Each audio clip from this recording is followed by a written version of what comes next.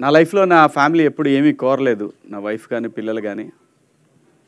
Last year నన్ను వాళ్ళు అడిగింది ఏంటంటే, పిల్లలు పెద్దోళ్ళు అయ్యారు, వాళ్ళు అడిగింది ఏంటంటే, నాళ్ళు నువ్వు సొసైటీ సొసైటీ సొసైటీ అనుకుంటా నువ్వు యాక్ట్ చేసేటప్పుడు మేము చూడలేదు, ఇప్పుడు యాక్ట్ చేయనా అని అడిగారు పిల్లలు. సరే, దానికి సరైన సమయం సందర్భం వస్తుంది, వచ్చినప్పుడు మనం అడగక్కర్లేదు. సినిమా ఎప్పుడు కూడా అండి, నువ్వు సప్త సముద్రాల్లో ఉన్న లాక్కొస్తుంది. సినిమాకున్న గొప్ప విషయం అది. అలా ఏదో ఒక రోజు వస్తుందని నాకు తెలుసు. ఎప్పుడొకప్పుడు నేను ఖచ్చితంగా మళ్ళీ కనెక్ట్ అవ్వాల్సిందని తెలుసు నాకు. ఆ సందర్భంలో నేను యాక్చువల్గా ఒక తమిళ సినిమా తీసుకున్నాను, నేను కొన్నాను. నేను ఇంతకుముందు కూడా ప్రొడ్యూస్ చేశాను, తాజ్మహల్ అని మీ అందరూ తెలుసు. ఆ సందర్భంలో విజయ్ సేతుపతి గారి సినిమా ఒకటి కొన్నాను నేను. కొన్నప్పుడు ఫోర్త్ వేవ్ వస్తుంది, థర్డ్ వేవ్ వస్తుందని మళ్ళీ మొదలుపెట్టారు. అప్పటికే ప్రొడక్షన్, ప్రీ ప్రొడక్షన్ అంతా అయిపోయింది, డైలాగ్ వెర్షన్ అన్నీ అయిపోయినాయి, మ్యూజిక్ కూడా అయిపోయింది, అంతా టెక్నీషియన్లు అంతా సెట్ అయ్యారు, అంతా అయిపోయింది అన్నారు. ఓరని ఇంకా మనకు దరిద్రం వదలలేదురా, వద్దులేక సరే అయిన వరకు అయిందిలేని అంతటితో ఆపేశాను.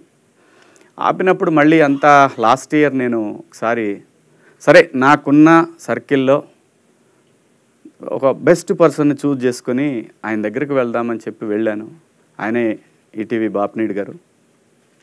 ఆయన కలిసి ఇట్లా నా దగ్గర ఒక 2 సినిమాలు ఉన్నాయండి, నేనే చేద్దాం అనుకున్నాను, కానీ నాకు అనిపించింది కరెక్ట్ కాదనే భగవంతుడు ఆపాడేమో తెలీదు.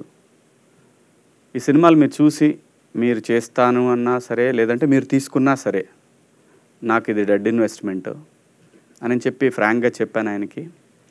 ఆయన అంతా విన్నారు, సరే మా టీంకి ఇస్తాను చూస్తా అన్నారు.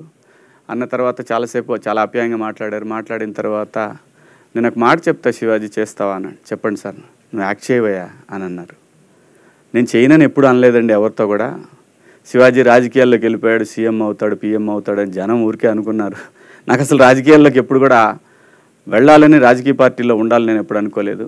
కేవలం ఆ రోజున్న ఎమోషన్స్, ఆ డివిజను, ఆ ప్రాంతం అనే ఎమోషన్ తోటి నేను ప్రజల కోసం కనెక్ట్ అయ్యాను. రాజకీయాలు నేను ఎప్పుడు కూడా చేయాలనుకోలేదు, చేయలేదు కూడా. సో నన్ను అలా ఇంకా శివాజీ రాడు సినిమాలు చేయడానికి కొని చాలామంది అనుకున్నారు కాబట్టి అలా అవాయిడ్ అయిపోయానండి నేను. మీరు ఇస్తే చేస్తా సార్ అన్న, మీరు చెప్పండి ఏదన్నా ఉంటే చేస్తానన్నాను. ఒక 1.5 month 2 months తర్వాత ఒకరోజు ఈటీవీ నుంచి కాల్ వచ్చింది. ఆయన పేరు సత్యనారాయణ గారు. ఒకసారి సాయికృష్ణ గారిని కలుస్తారని అంటే, అప్పుడు మన నితిన్ గారు వాళ్ళు కలిశాను నేను. కలిసినప్పుడు వాళ్ళు ఇట్లా ఒక కథ ఉంది వినండి మీరు అని చెప్పి నాకు ఆ రోజు కథ వినిపించారు. అదే 90s #90s middle class biopic. చాలా బ్యూటిఫుల్ స్క్రిప్ట్ అండి. వెంటనే నేను విన్న తర్వాత జస్ట్ 10 minutes తర్వాత చెప్పాను. చెప్పిన తర్వాత ఓకే అండి చేద్దామని చెప్పాను. అదే ఇంకా ప్రొడక్షన్ అంటే సెట్స్ మీదకి వెళ్తుంది అన్నప్పుడు నాకు బిగ్ బాస్ ఆపర్చునిటీ వచ్చింది. కానీ యాక్చువల్గా ముందు ఇదే, నేను యాక్ట్ చేయటం ఫస్ట్ ఇదే. కాకపోతే మళ్ళీ రీఎంట్రీ స్క్రీన్ మీద మాత్రం బిగ్ బాస్లో కనిపించాను అందరికీ.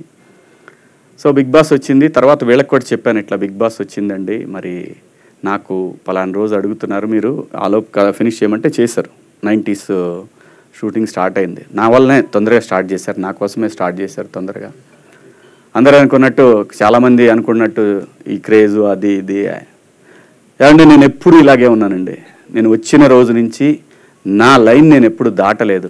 ప్రతి ఒక్కళ్ళు అర్థం చేసుకోవాల్సింది ఏంటంటే, మనకంటూ ఒక టైం రావాలి, వచ్చినప్పుడే జనానికి మనం కనెక్ట్ అవుతాం.